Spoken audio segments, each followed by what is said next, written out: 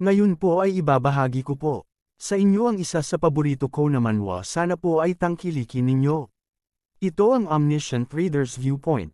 Nagsisimula ang ating kwento sa Chapter 1 Nanogram, isang nobela.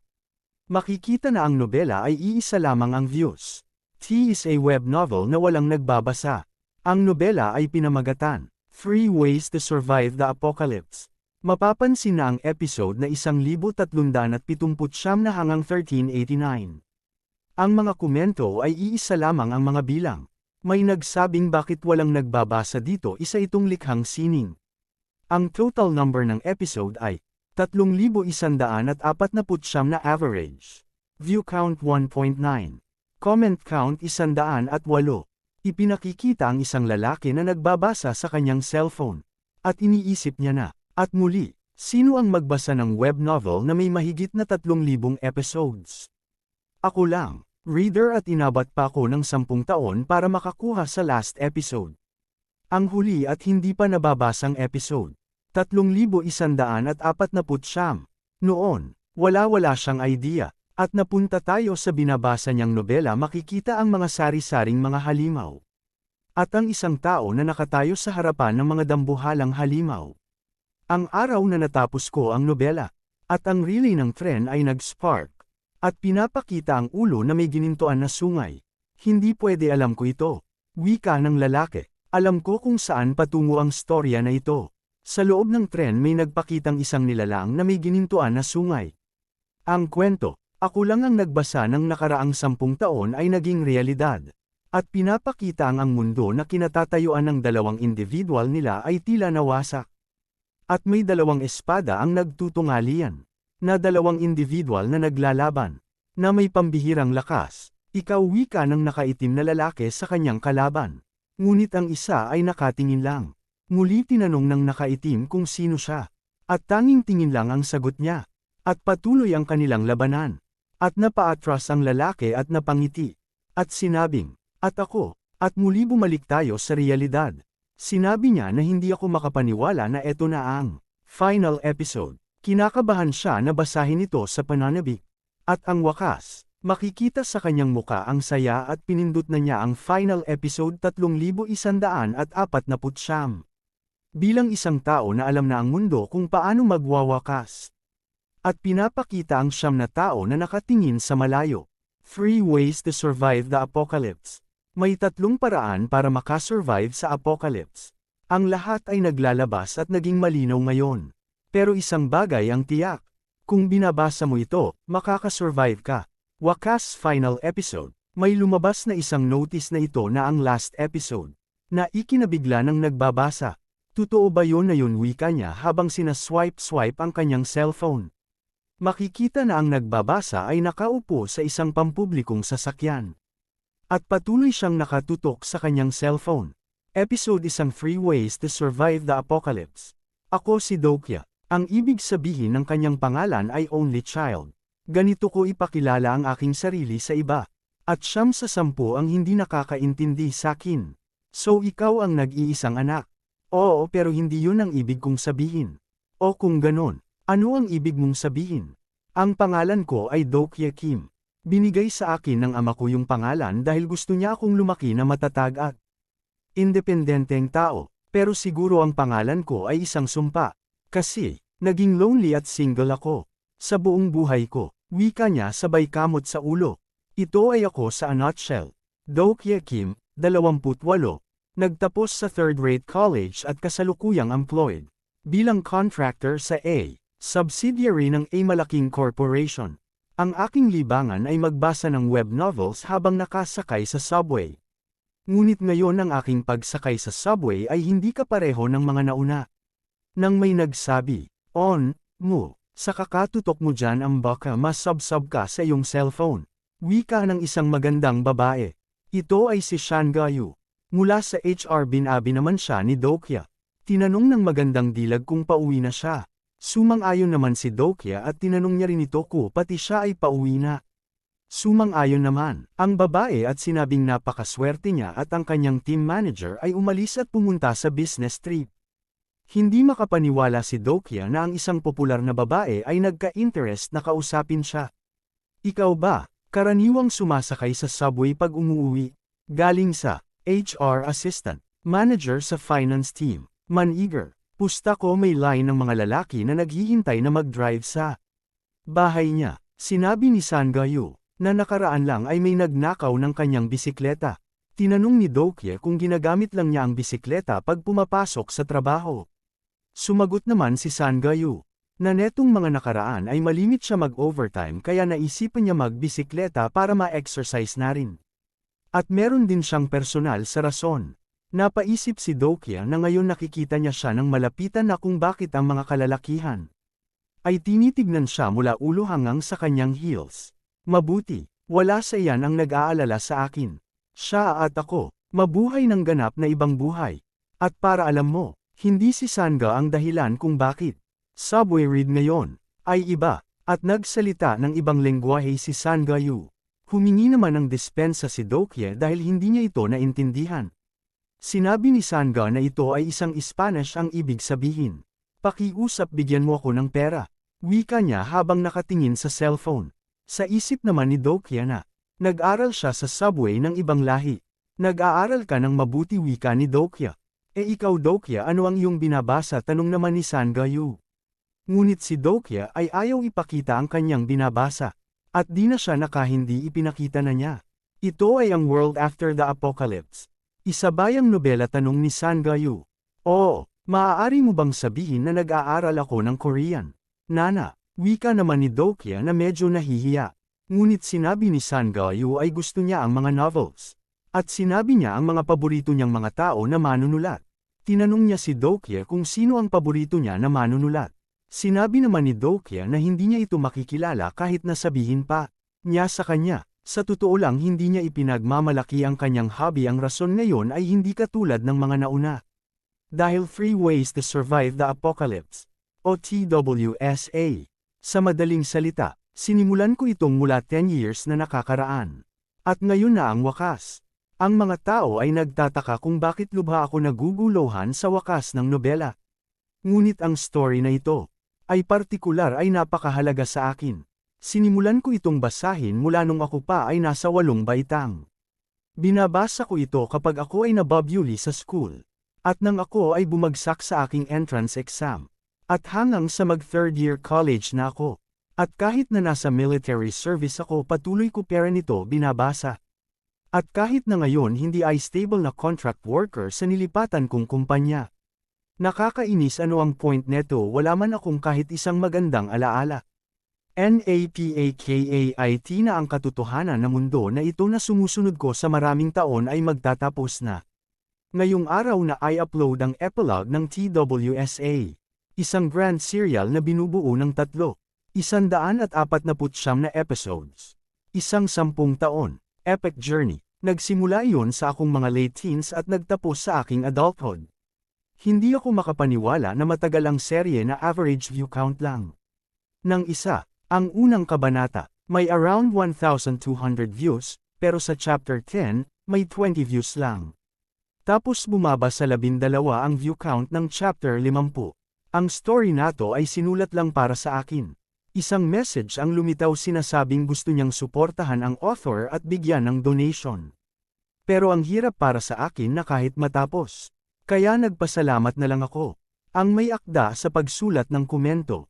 Gusto ko ay rekomenda ang series nato sa iba na katulad ko. Napakaganda ng series nato sa katulad ko na nakararanas ng paghihirap sa buhay. Dokye, wika ni San Gayon. Nabigla si Dokye at sinabing kung iisipin mo isang taon na pala mula nung nag-umpisa ako na sa kumpanya. Nagsimula kami sa mga panahon na ito last year. Lumipas ang panahon, di ba? Sa palagay ko kailangan ko baguhin ang topic. Sinabi naman ni San Gayu. Na tama wala tayong idea na kung ano ang pinasok natin noon. Sinabi naman ni Dokye na oo parang kahapon lang. Hindi ako makapaniwala na ang ating contract ay matatapos na. Nang bigla na bigla si San Gayu. At nakalimutan pala ni Dokye na si San Gayu ay na-promote sa full-time employee last time. Humingi ng tawad si Dokye at binati niya si San Gayu. Sa palagay ko kailangan ko rin yan matuto ng mga ibang wika. Sinabi naman ni San Gayu. Okay lang na kumpleto lang naman niya ang kanyang assessment kaagad. Hindi maisip ni Dokya na si San Gayu ay napakaastig. Kung magiging isa siyang tauhan sa nobela, siya ay magiging isang pangunahing tauhan na babae. Dahil halata naman, ako ay hindi ko sinubukan, ngunit si San Gayu ay ibinigay niya ang lahat. Samantala ako nagbabasa lang ng novel habang si San Gayu ay nag-aaral. Kaya hindi na nakakapagtaka kung si San Gayu ay magiging isang full-time employee. Tinawag ni San Gayu si Dokya. Sumagot naman si Dokya na ano yon. Sasabihin ko sa'yo kung ano ang apps na aking ginagamit, wika ni San Gayu. Kung ako ay nasa ibang genre, kung ang genre ng buhay ko ay hindi sa libro, ngunit fantasy siguro ako, ay magiging isang pangunahin na bida. Dokya, wika ni San Gayu. Okay lang, sagot naman ni Dokya. Hindi ko alam kung isang tiyak na bagay. Hindi mahalaga kung sasabihin mo sa akin ang pangalan ng app o hindi. Ito ang genre ng aking buhay, hindi ang libro. At sa genre na ito hindi ako ang protagonist, isa lamang ako tagabasa ng iyong sariling buhay. Nakaka-inspired ka, Dokya, wika naman ni San Gayu. Sorry, tugon naman ni Dokya. Kaya't nagpas siya ng may kumpiyansa si San Gayu na mamuhay sa sarili niyang buhay. Katulad mo, magsisikap ako mamuhay sa sarili kong buhay. Mabuti, at least na pagtiyagan niya naman niya ang pag-uusap. At bigla may pumasok na mensahe sa kanyang cellphone. At wala siyang kaalam-alam. May mensahe na nagpapasalamat sa kanya. TLS 123 at napaisip siya. Ito ba ang author ng TWSA? Ano ang mangyayari sa akin sa susunod? Nagpasalamat ang TLS 123. Tinanong naman ni Dokya kung siya ang author ng TWSA.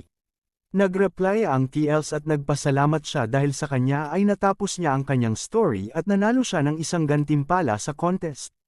Nagtataka naman si Dokya na ang TWSA ay sumali sa contest. Binati ni Dokya ang TLS at tinanong kung anong contest. Hindi ito malaking contest, kaya hindi mo narinig. Oh, at magiging bayad na nilalaman ng kwento. Simula sa episode ngayon, siya ay magiging bayad na nilalaman. Bilang tanda ng aking pasasalamat, nais kong magpadala sa iyo ng isang espesyal na regalo. Maaari mo ba ibigay sa akin ang iyong email address? Ano ang tungkol na mangyari sa mundong ito?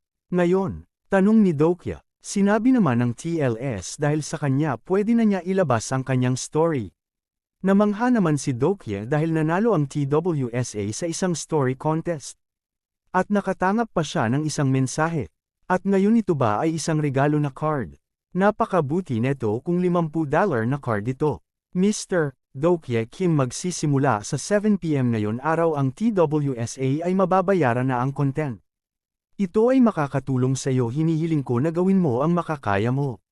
Sinabi naman ni Dokya na ngayon 7 PM. Ngayon ay 6:55 PM na. Kaya ang ibig sabihin ay 5 minuto na lang ang natitira. Pupunta muna ako sa aking paborito at nagtataka siya, dahil wala nang lumalabas na resulta. Nakakapagtaka, ginawa nila tanggalin ang mga episode ng walang paunang abiso. Kapag naging bayad sila at mga nilalaman, makikita silang dalawa na tutok sa kanilang mga cellphone. Wika ni San Gayu, at ang rails ng tren ay nag-spark. Anong nangyayari? Isa ba itong pag-atake ng mga terorista? At nagsigawan ng mga nasa loob ng subway. Nang may isang nilalang na pinapakita ang bibig na umuusok, at patulag ang pagrag-asa ng tren. Tinanong ni Dokya si San Gayu kung okay lang siya. Sumagot naman siya ng oo at nagtanong kung ano ang nangyayari. Sinabi naman ni Dokya na huwag siya mag-alala at walang masamang mangyayari, at pamatak na ang oras ng 7 PM. Iniisip ni Dokya King nagkataon lang ang lahat sabay sa pag-check niya ng oras. 7 PM, so ibig sabihin bayad na ang content. At may announcement, ladies and gentlemen, pay your attention, pakiusap, mag-evacuate na kayo. Tinanong ni San Gayu kay Dokya kung ano ang nangyayari, samantala si Dokya ay nagtataka din. Nang may mapasin siya na parang isang portal ang nagbabukas, na may pulang mga spark. Sa pagtingin ni Dokya, ang libreng serbisyo ng 8612. Nagtapos na ang planetary system. Ang main scenario ay magsisimula na ngayon. Noong sandali na yun nagbago ang genre ng buhay ko. Isang Doka-ebi may exclaimed bilang sprung ng nilalang into view. Ang Doka-ebi ay isang mythical creature sa Korean culture katulad ng mga goblin. Iniisip no Dokya kung bakit ang mga pangungusap na yon ay pumasok sa kanyang isipan. Ang subway ay tumigil at ang buong kapaligiran ay nagdilim. Hindi maari ang subway ay tumigil, wika ng mga pasahero. Iniisip naman ni Dokya na ang mga nangyayari ay pamilyar sa kanyang isipan. Ngunit baka nagkataon lang hindi ito maaari. Doka Ebi. Pagtatanong ni Sangayu. Sorry, wika ni Dokya habang nakakapit sa kanya si Sangayu. At sa paglingon ni Dokya, isang portal ang nabubuo sa harapan nila. Ano yan, wika ng iba, hindi pwede, wika ni Dokya. At may nagpakita na isang nilalang na tinatawag na Doka Ebi. Chapter to the beginning of the paywall part 1. Si Dokya na nakatingin peren. Habang ang lahat ng tao ay naguguluhan at nagtataka. Sa sandaling yun, nag-overlap ang libro at reality. Nagsalita ng kung ano-ano na di maintindihan ang cute na Doka Ebi. Nagtatanong ang mga tao sa isa't isa kung ano ang sinasabi niya habang ang iba naman ay kinukuhanan siya ng letrato. Napakapangit niya, wika ng babae. Walang ibang nakakaalam kung ano ang susunod na mangyayari bukod sa akin, sa isip ni Dokya. Ang nilalang na yan ay totoong Doka Ebi. Wika ng isang lalaki na natatakot. Ito ang Doka Ebi na lumitaw sa upisa ng talata ng TWSA. Ang nilalang na ito, ipinahayag ang trahedya, nagpapatuloy sa libu-libong kabanata, isa ito sa 3 paraan upang makasurvive sa apocalypse. Imposible, paano ito nangyari? Magkapareho sila ng Doka Ebi na nasa aking harapan. Sinabi naman ni Sangayu na sa palagay niya nagsisilite siya ng Spanish at balak niya ito kausapin. Sinabi naman ni Dokya na hindi niya alam kung anong nilalang yan at balak niya ito tanungin at humingi ng pera. Hindi sa ganon, pero tugon naman ni Sangayu. Bigla sumigaw ang Doka Ebi ng lahat, ba kayo ay naririnig na ako ngayon? Wika niya na nagpalit na ng lengwahe. Sinabi naman ng isa na ano sa tingin niya ang ginagawa niya. Tinanong niya ang Doka Ebi na gumagawa ba siya ng isang pelikula o mag-o-audition. Sinabi naman ng Doka Ebi, na sa tingin ba ng lalaki na mag-o-audition siya sa mga oras na ito? Sa palagay ko kailangan ko pa na mag-research ng husto. Sabi nila sa akin na maraming customer kung ilagay namin ang paywall sa oras ng 7 p.m. Sanabi naman na ano ang kanyang pinagsisasabi. Sinabi ng Doka Ebi na tumahimik silang lahat at huminahon. At meron siyang importanteng sasabihin. Sa kanilang lahat, sinabi naman ng isa na ano yun at umpisahan na niyang paandarin ang train, hindi mo ito pwede gawin ng ganun na lang. Napagkamala naman ng batang babae na ang Doka Ebi ay isang cartoon. Sa isip naman ni Dokya na sigurado siya kung papaano ang storya nato kung saan haantong. Kailangan ko silang pigilan, pero papaano? Sinabihan niya si Sangayu na wag kumilos. Na hindi naman nagets ni Sangayu. At natawa na lang ang Doka Ebi at sinabing totoo na napakaingay talaga dito. Sinabi ko na sa inyo, na tumahimik, at bigla nagbago ang ekspresyon ng muka ng Doka Ebi. Sabay ang ulo ng lalaki kanina na nagsisilita ay pumutok ang ulo. At tumagas ang maraming dugo, na naging sanhi ng gulat at takot ng mga pasahero ng subway. Sinabi ng Doka Ebi na hindi sila gumagawa ng movie. At muli isa na namang lalaki ang sumabog ang ulo. Ito ay isang panaginip, o isang novel, at tiyak na hindi ang realidad na pamilya ninyong lahat. Naiintindihan niyo ba? Galit na sabi ng Doka Ebi. Sinasabi naman ni Dokya sa sarili na ayaw niyang itong tangapin, ngunit ito ay totoo. Ang duda ko at paniniwala ay naglaho. Mula nang nakita ko ang sahig ay napinturahan na ng dugo. Sinabi naman ng Doka Ebi na, lahat kayo, tumahimik ang malambot nyo na buhay hanggang ngayon, di ba? Makakahiga, makakakain, at magparami ng hindi gumagastos at nagbabayad. Lahat kayo ay enjoy ninyo ang buhay na ito.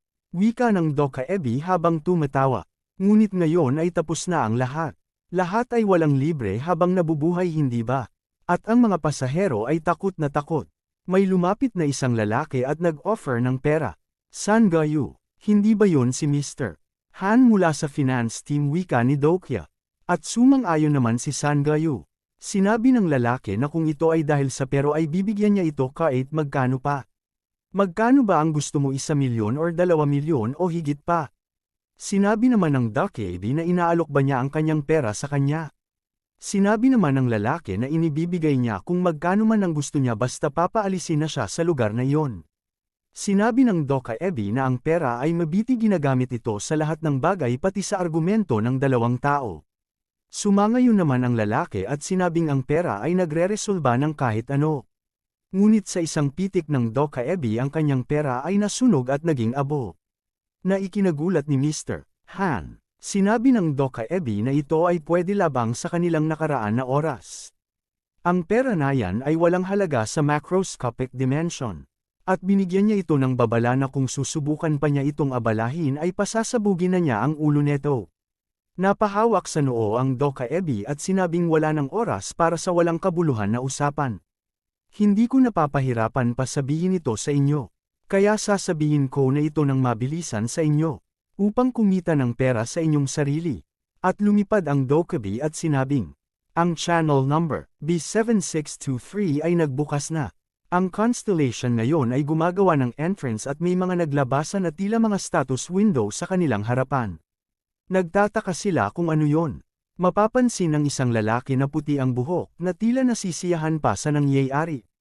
At ganun din kay Dokia may lumabas na status window at ang pangunahing senaryo ay dumating na. Main scenario. Patunayan mo ang iyong kakayahan. Pumatay ng isa o higit pa na mga buhay na organismo. Category, Main Difficulty, F-Time Limit. 30 minutes reward, 300 coins. Penalty flow failure, kamatayan. Ang nagpaalam na ang Dokaebi at sinabing good luck. Umaasa ako na, makakakita ng napaka-interesanteng istorya. At bigla na siyang nawala. Habang tulala ang mga tao na nakatingin parent sa kanya. Sinabi ni Dokia kay Sanga na, hindi nilaro mo ang laro. Ng development team at gumagana naman ito ng maayos hindi ba? Alam mo, kung saan iilang tao lamang ang nakasurvive sa apocalypse. Sinabi naman ni Sanga na anong gagawin natin sa kahit ano. Sinabi ni Dokia na pakaisipin mo.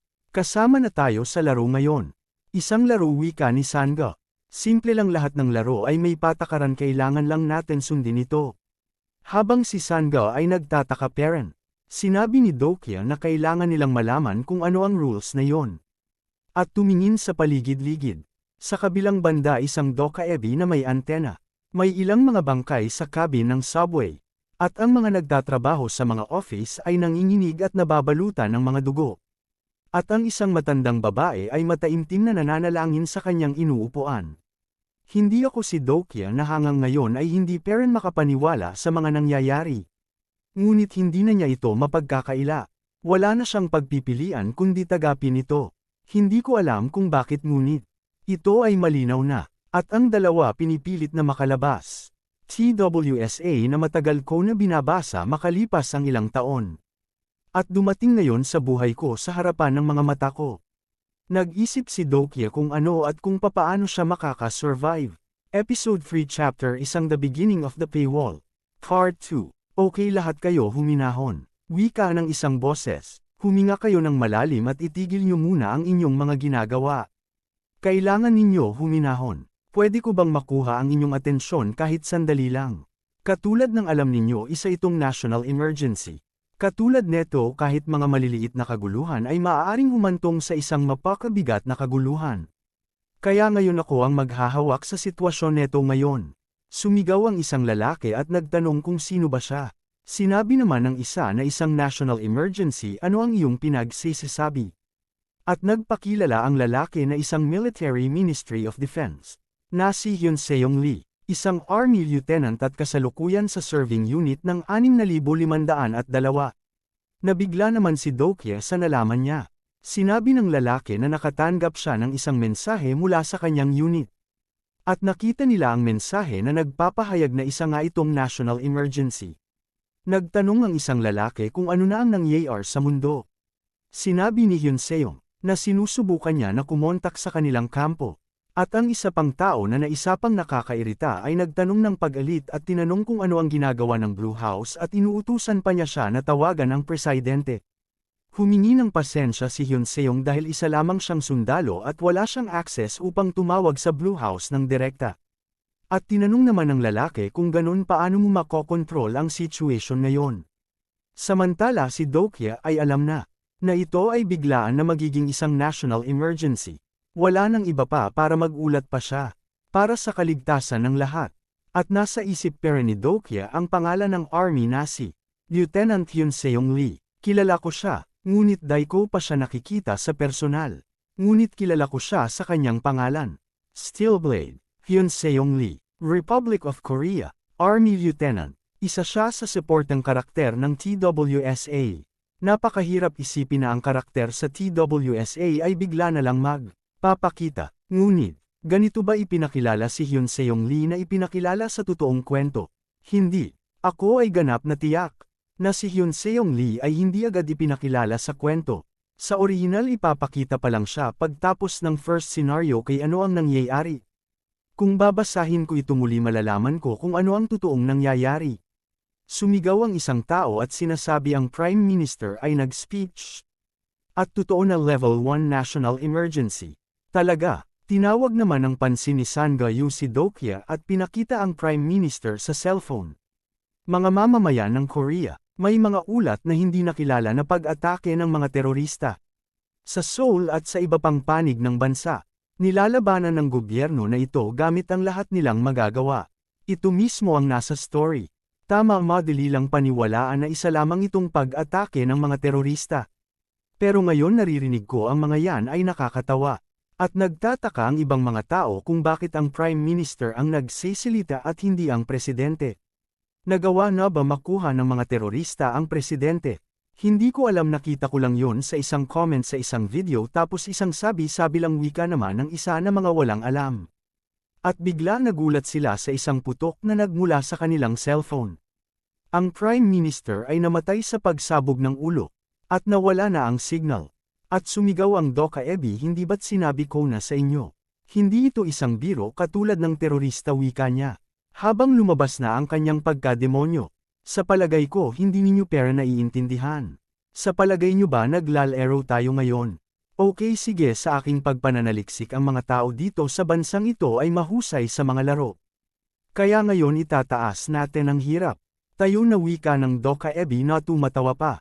At ang oras ay nabawasan. At ngayon ang 24 minuto nila ay naging 10 minuto na lang. At kung hindi nila ito magawa at natapos na ang oras sa loob ng 5 minuto, sila ay mamamatay. Habang ang iba ay lumapit kay Hyun Seong at nagtatanong ng kung ano-ano. Sinabi naman ni Hyun Seong, kumalma sila at makinig sa kanya. Habang si Sang Ga-yu ay mahigpit ang kapit kay Do-kya. Sa isip naman ni Do-kya ay nagpapasalamat siya at naalala na niya ang lahat. Ang mga pangyayari ay eksakto sa mga simula ng TWSA. Pero hindi ako makakatulong kundi nararamdaman ko na may hindi tama. Hyun Seong Lee, isa sa pangunahing support karakter na agad nang nagpakita. Ngunit siya kaya ay magpapakita na rin ba? Sa isip ni Do-kya, kung tama ang natatandaan ko, magpapakita na siya mga ilang minuto na lang ang natitira. Meron isang pumapatay sa kabila, wika ng isang tao habang maritinig ang mga sigaw ng mga tao na nababawian ng buhay. Huwag hayaan na makapasok siya, kailangan natin harangan, wika nila. Ngunit nang hahawakan nila, isang malakas na boltahe ang lumabas upang hindi la mahawakan ang pinto. Ano ang nangyayari? Parang meron isang hindi nakikitang pinto. Sinabi ng system na walang ibang makakapasok o makakalabas sa cabin hanggat hindi natatapos ang senaryo. At nagpakita ang Doka-ebi sa kanilang cellphone at tumatawa at sinasabing mukhang nagiging interesante ang mga nangyayari sa loob ng bawat cabin. Kapag ang iba ay nag-umpisa na, sige, bibigyan ko kayo ng kaunting alog, upang magawa ninyong mapagulong ang bola. Okay, ipapakita ko sa inyo ang mangyayari kapag wala kayong ginawa sa loob ng 5 minuto. At nag-snap, may lumabas na isang screen at pinapakita na ito ay sa isang eskwelahan. Pinapakita ang mga students na nakaupo, yan ang Taepang Girls High School. Nang bigla nag-crash, lumagpas na kayo sa time limit. Nagpapatuloy sa pag-checkout. At napapikit na lang si Do-kya. At ang mga students ay isa-isa sumasabog ang mga ulo. Habang ang iba ay humihingi ng tulong pasa sa kanilang buhay. At ang mga nanunood tila binalot ng kilabot sa takot.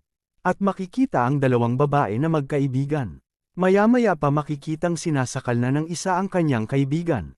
Upang ito ay mamatay. Hanggang sa ito ay kanyang mapatay. Na ikinagulat ng mga tao sa subway. Ang survivor ng channel ng number Bay 23,515 ay si Ji Hailey, isang second-year student mula sa Taepang Girls High School. Ano sa palagay ninyo nakakatuwa hindi wika ng Doka Ebi? Habang si Dokya ay naiinis na dahil sa mga sasaksihan niya na pangyayari. At bigla nag-umpisa na ang iba na gumalaw. Ano ito ano ang nangyayar tanong ng marami habang ang iba nakatutok parent sa screen. At dyan po nagtatapos abangan ang susunod na kabanata. Maraming salamat po.